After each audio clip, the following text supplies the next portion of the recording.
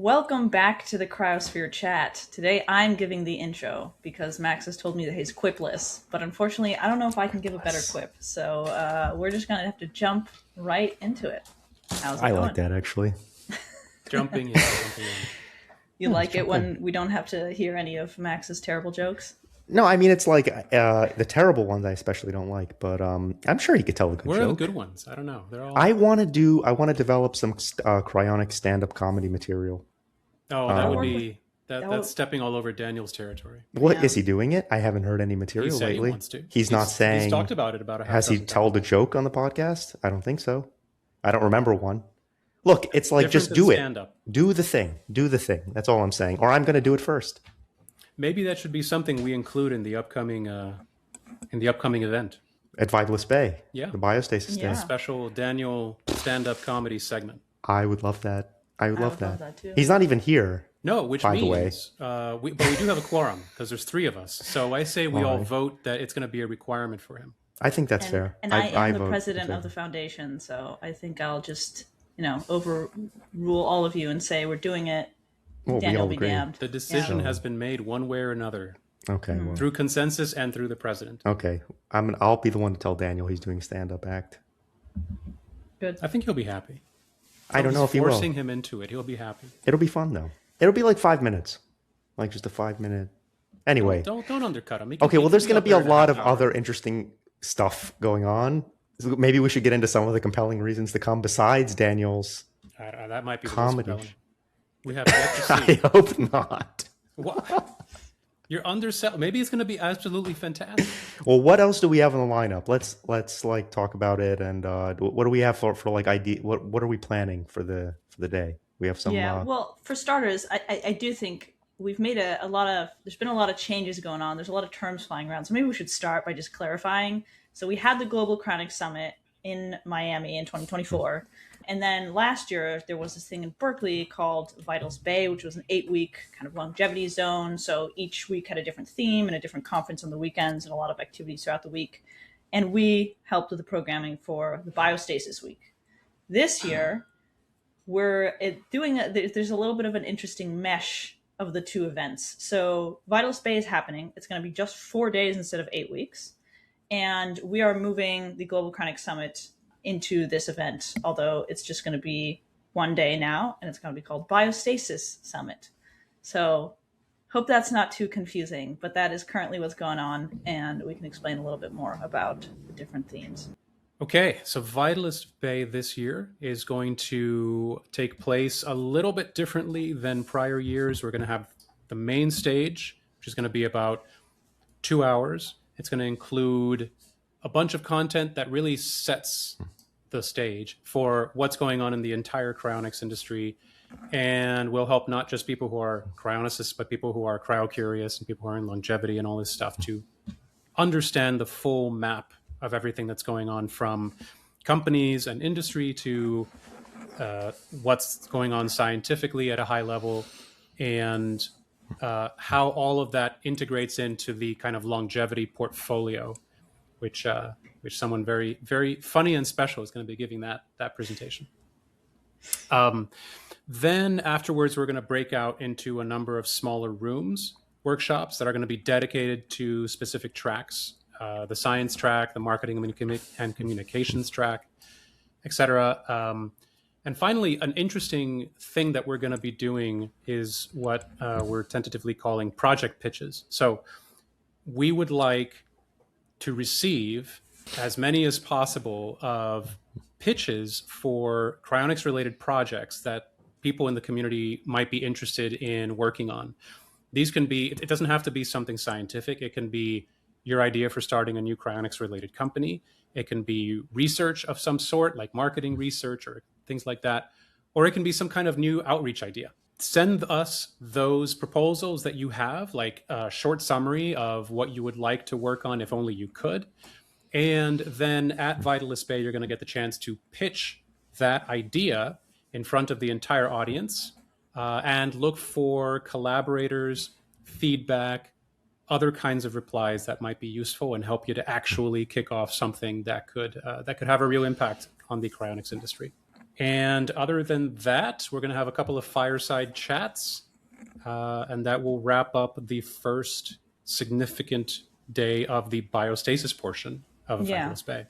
And there is also going to be a little bit of we're tentatively calling it Vision 2031 theme running through that day, which is we want the researchers and the different cryonics organizations to make a little bit of a plan of what they should be working on the next 5 years to make cryonics more successful. So focus in on maybe one company says membership growth, that's our North Star. Another group says, no, we need research that validates more ultrastructure preservation in vitrified brains, whatever it might be. Make the case for what is the most important thing to focus on in the next 5 years, where we need to get, and how they plan to get there. I think it's a valuable exercise to kind of force these different stakeholders in cryonics to think about this and to say it publicly, and of course get feedback from the audience about whether or not this is actually the right focus. Yeah, and outside all of that, there's the broader Fabulous Bay event, which we're a part of, and there's going to be a lot of interesting stuff going on. There are multiple tracks. So if you go to the Fabulous Bay website, vitalousbay.com, you can read more about it, see some of the speakers that are lined up. But the main track is going to have a lot of exciting speakers, all from different parts of the longevity ecosystem. There's a separate investor track on replacement technology. Part of the program, in addition, outside of the biostasis programming that we're putting together for everyone, there will be academic researchers talking about cryopreservation research that's used to work on reversible whole organ cryopreservation, for example. So just a lot of interesting content and a lot of interesting people working on really compelling projects all in the same place. So you're really not going to want to miss any of it. I think the whole 4 days is going to be a lot of fun, and it's going to be a lot of great discussions. Yeah, I think sometimes people in cryonics are a little skeptical whenever they hear like mainstream academics working on organ cryopreservation, because sometimes they think that just means like, oh, these people are just in it for, slightly improving organ transplant times that we can store them slightly longer. And I can assure you that's not the thing that's going to be at this conference. It's actually going to be relevant to vitrification and science that can actually improve cryopreservation. I was honestly pretty surprised. I've only learned recently about just how much actual research there's going on that's relevant to cryopreservation that isn't happening at cryonics labs. These are mainstream labs that are just working on things that can benefit our industry a lot. And I think we would benefit from being aware of those, what's going on there. All true. And there's going to be stand-up comedy by Daniel. That's. Yeah, of course. That's why everyone's really going to come. Yeah. But no, I think it's a good event.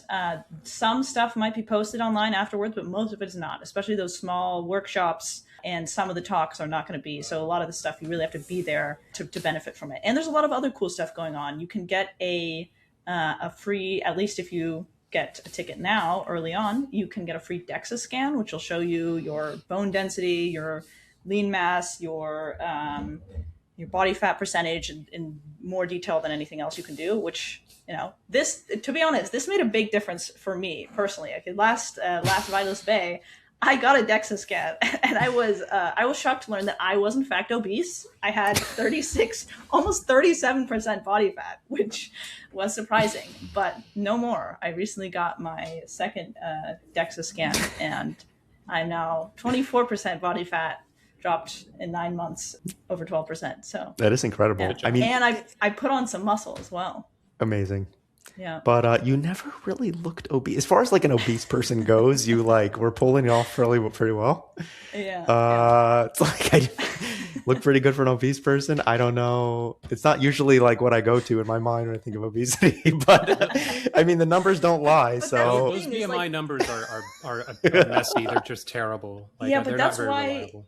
it's important to actually get these scans, because I think it's not just about how you look. You might be a lot unhealthier than you think, and I can say that now I genuinely, since exercising more, losing weight, I do feel a lot more energetic and healthy. Awesome. Yeah. Well, congratulations. That's a huge accomplishment. Well, show by off. the way, check out these scans. Wow, Super it's strong. impressive. I'm not sure it's probably permissible to show your guns on the No, it's video. fine. Like it's fine. We're not afraid. Yeah. Do it. Listen, You should be proud of yourself. I mean, that was a huge accomplishment. thank you. So, And that could be you too if you come to the next me Vitals personally, Bay. or are you talking to the audience? I was talking to the audience. Yeah. Okay. They never respond, unfortunately. We always say things like, let us know in the comments below, and nobody responds. Well, we get a few likes and there are one there are comment on the comments. Substack. Yeah. Yeah, there are comments on the Substack. Yeah, But, that's true. That's true. Yeah, so. But did you get a DEXA scan last year, Max?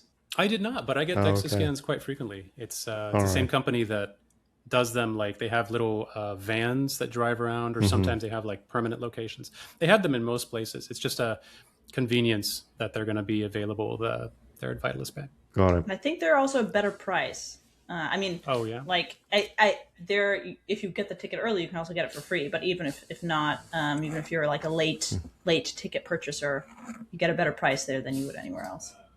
One of the big benefits, though, is that you can get your DEXA scan and then go back to that company later on, get another DEXA scan, get another DEXA, and then you can graph and actually see the change and the difference. Like, oh, I'm getting more muscle here, or I've lost fat over there.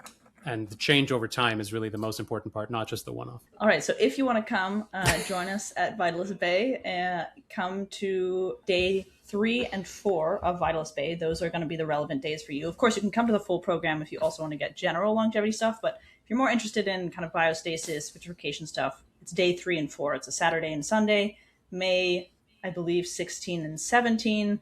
If not, I'll correct that down below, and we'll link down below to tickets. You can use code Cryosphere20, all caps Cryosphere, to get 20% off. Do you know what the accommodation situation is, Becca?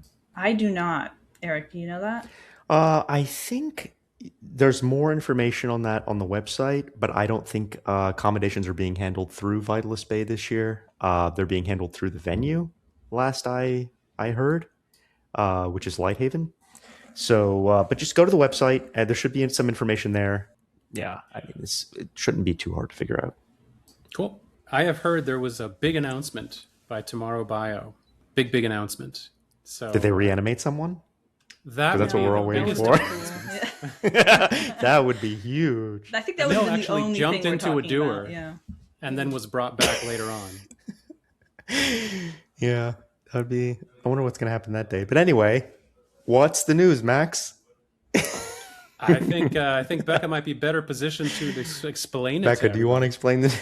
Yes, sure. I think I was the only one here who actually watched the live stream. Yeah. So yeah, the news is essentially that Tomorrow Bio is going to start adding longevity experts to their services, and this is free for anyone who's a Tomorrow Bio member. It's basically someone who can synthesize all the different studies and longevity research that's out there, figure out what's actually relevant, find recommended providers in your area for if you need to get a blood panel done, if you're dealing with some kind of unique disease and there's some specific treatment out there for you. So Tomorrow Bio is not going to actually do any treatments. They're not going to be doing any whatever DEXA scans or what have you, but they will help you figure out what makes the most sense for you to do. They will point you in the right direction and kind of give you that consultation free of charge if you're a member. The idea behind this is, from their perspective, twofold. So the first is, naturally, if you're a chronicist, we're all in this because we want to live longer. So if you can, do make some lifestyle changes, or even not, just if it's taking the right supplements and watching certain blood values that might be bad for you, that could extend your life. That is generally a good thing, but also specifically for chronics, that means a few extra years of life could mean more advanced cryopreservation. There are also a few things that are really specific to cryopreservation that maybe other longevity experts wouldn't care about, like the health of your blood vessels is particularly important if you're going to be perfused. There's certain medications that you can take later on in life that will help your cryopreservation, like especially around the anti-blood clotting. So those kind of recommendations you're not going to get anywhere else, though. So you'll get a few unique inputs there. And the second reason that they're doing this is because, as we've talked about many times on this podcast, nobody wants to be cryopreserved. This is a product that unfortunately very few people want. Like, we are truly anomalies for. I mean, to be fair, I don't want to be cryopreserved, right? Yeah. Just to be totally clear, I would like to just keep living. Sure, most people wouldn't, even if the alternative is burial, or the alternative is just certain death, they will not take cryonics. And Tomorrow Bio has been better at marketing. It's been better at getting people to actually sign up, but it's still so tiny in the grand scheme of things. And something fundamentally will need to shift in order for that to change. So their bet is there's a lot more people that are into life, extending their life in this, so to speak, lifetime without needing to be cryopreserved and living healthier. This is a growing trend, a growing interest. If you can get people on board with that, that Tomorrow Bio is a company that's trying to keep you around as long as possible in this life and in any potential future revival, that could get more people in the door. Yeah, Emil said, the CEO of Tomorrow Bio, Emil Cantiora, I heard him say recently, he did another event that I hosted for the Longevity Biotech Fellowship. And it's probably not the first time he said this, but yeah, I mean, he puts it so succinctly. Just like if you don't have a contract, cryopreservation contract, you're implicitly signed up for a cremation or burial. Yeah, it's just not a good outcome, right? If you want to keep living. Yeah, and like I said, personally, I would rather avoid getting cryopreserved. And I don't even know. I mean, someone asked recently how likely it is that I think it would end up working, and it's like I think it would just be way better if we had the technology that allowed us to continue living. So like the longevity focus is interesting and compelling. I do worry though that we're just so far from anything meaningful there still, that cryopreservation is still really just the best that we have. Yeah, I don't know. Who are they really thinking about as the target for this new product? Is it like the existing customers, or as a way to appeal to new people that haven't signed up yet? I can't speak for them, but my guess is it's some kind of mix between three different things. One is kind of existing members. There is some benefit there for them to make sure they're living longer, that they are making health choices that might improve their cryopreservation. And also another one that I haven't really mentioned here, but I think actually that Tomorrow Bio didn't mention at least, but I think could be pretty impactful, is getting cryocrastinators a little bit over the edge. I have met so many people that say, I will sign up for cryopreservation when I'm old. Like, there's just no reason for me to do this now. I'm young. If I were to die now, it's probably going to be an accident, and then I'll be screwed anyway. Who cares about cryopreservation? They just don't see like a real immediate value in signing up until they're older.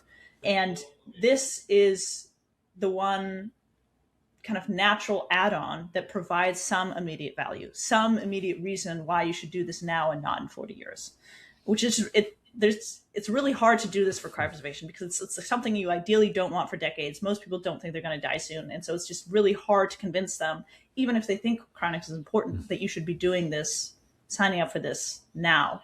Yeah, I mean, I think just this applies to in general. I mean, people don't like thinking about the future. It feels like, or planning for it, or especially planning around death. So it's a tough problem.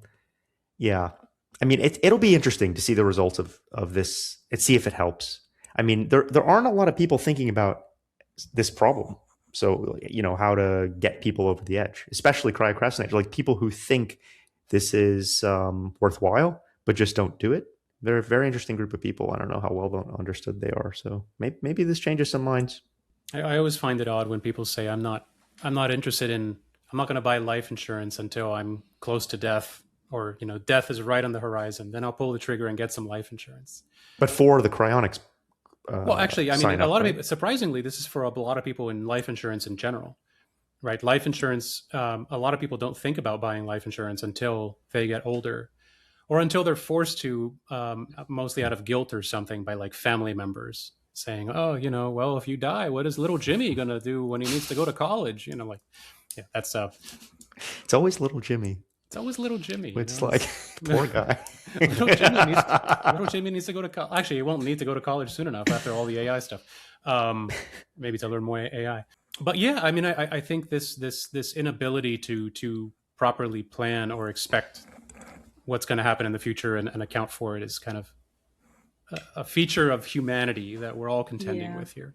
It's really surprising how many people just have the same thought process about this, because most of them assume, you know, when I say you're not going to be insurable when you're older, they're going to say, yeah, like, I'll have the money for it. You know, I'll be able to pay for it then. Like, everybody has this delusion anytime they think 10, 20 years in advance that the future them will be responsible and sign up on time and have the money to pay for it out of pocket, and they'll definitely won't have changed their mind after their quality of life has changed.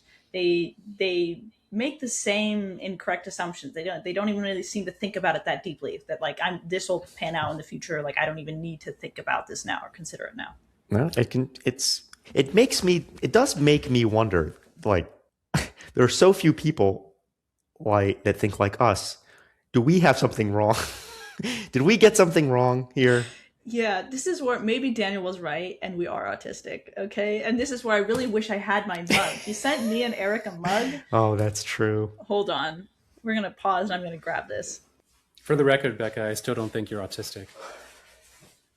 I agree. I also don't think I'm autistic. But, Eric is a little, but you're not really. Are we talking about who's autistic? Yeah. Yes.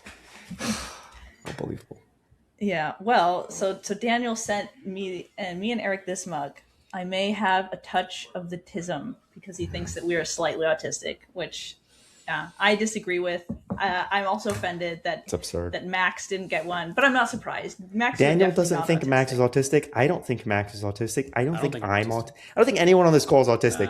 Arguably, who do you think is autistic? The audience can make up its own mind. Who is Max autistic? Max thinks you're autistic. I think you got a touch. I do think you have a touch of the tism.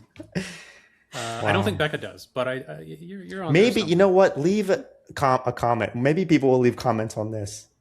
Am I autistic? Which of us is autistic? We already Maybe tried people this. think Daniel's autistic. Did we try this in the past? I think we did. This is not the first time we've had an argument about who's autistic. Maybe people don't want to be mean to me, Yeah. but why that's is that why they didn't leave mean? comments. A lot of people. It's with not autism nice. feel like it's a super It's not like, oh, you're autistic. I don't know. It feels No. weird. There's like high functioning autists. There's like not. Nobody's saying. I mean, obviously, if you're an autist, you're anywhere on the spectrum. You're a high functioning one. So.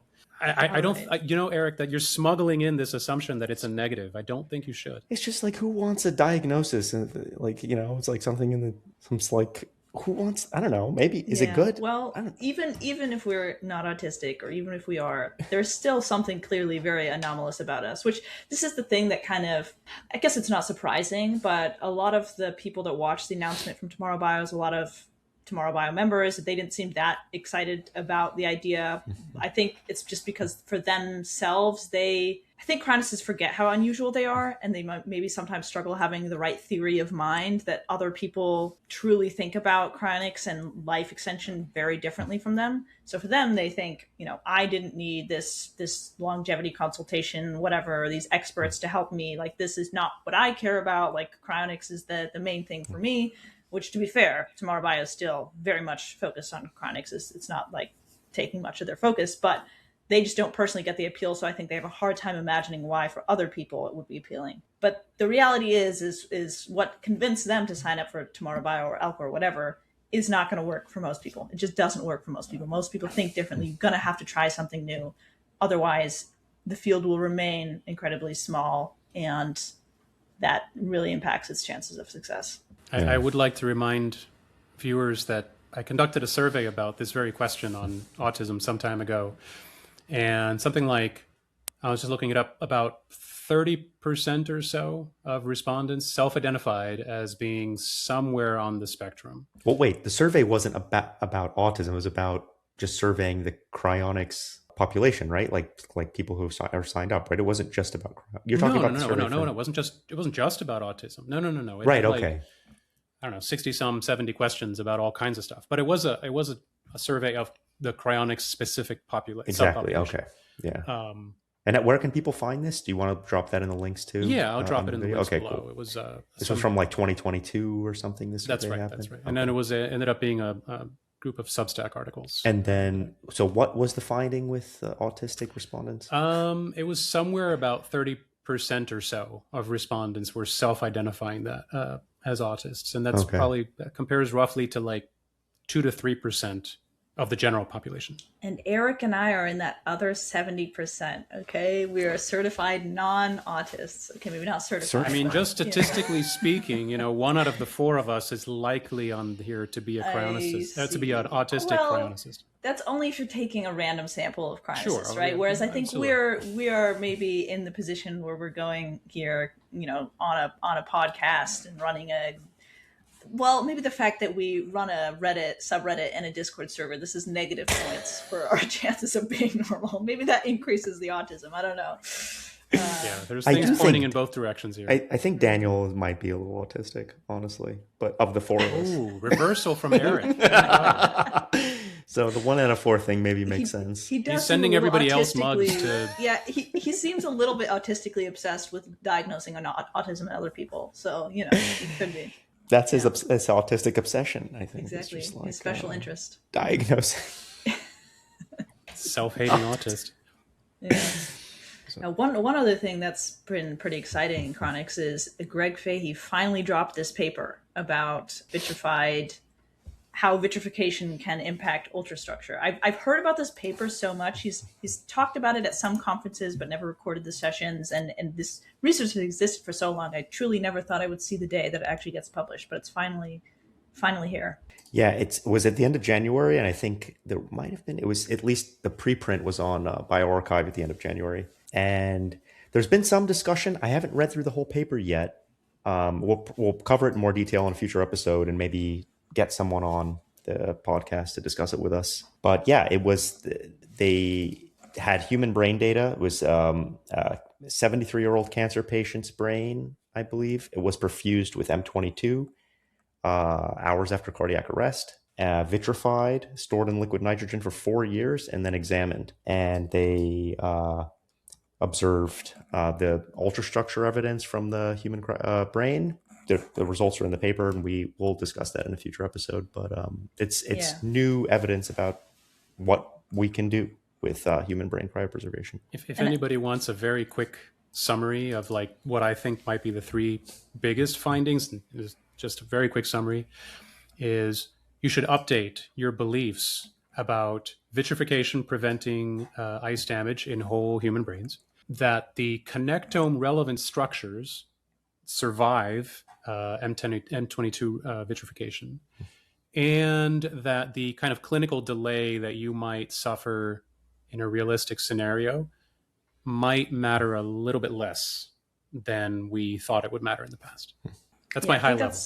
That's one of the things that's very promising, is the fact that this didn't happen in a super perfect case, not someone that got perfused 15 minutes after cardiac arrest. It was several hours, which is going to be realistic for most cryopreservation cases. So if, even in that case, we can get good ultrastructure preservation, that is a good, very good sign. Shall we end it there with some kind of massive ceremony? A massive ceremony. Massive ceremony, yeah. I mean, a reminder, come to Vitalis Bay, come to the Biostasis Days. Links will be down below. The prices are going up every couple of weeks. So if you're thinking about it, definitely lock that in soon. There's going to be a lot of cool events happening, and most of us are going to be there. I'm not going to be there, unfortunately. It's bad dates for me. It's overlapping with some big family reunion. But the rest of the Cryosphere mods will be there, especially Daniel. I know everyone cares about seeing Daniel stand up, so don't worry, he will be there. Yeah, I'm looking forward to it as well. I will be there, and won't be doing stand-up, but it'll be a lot of fun. So I hope to see many of you there. Likewise. All right, everybody. Until next time. See you next time. Bye.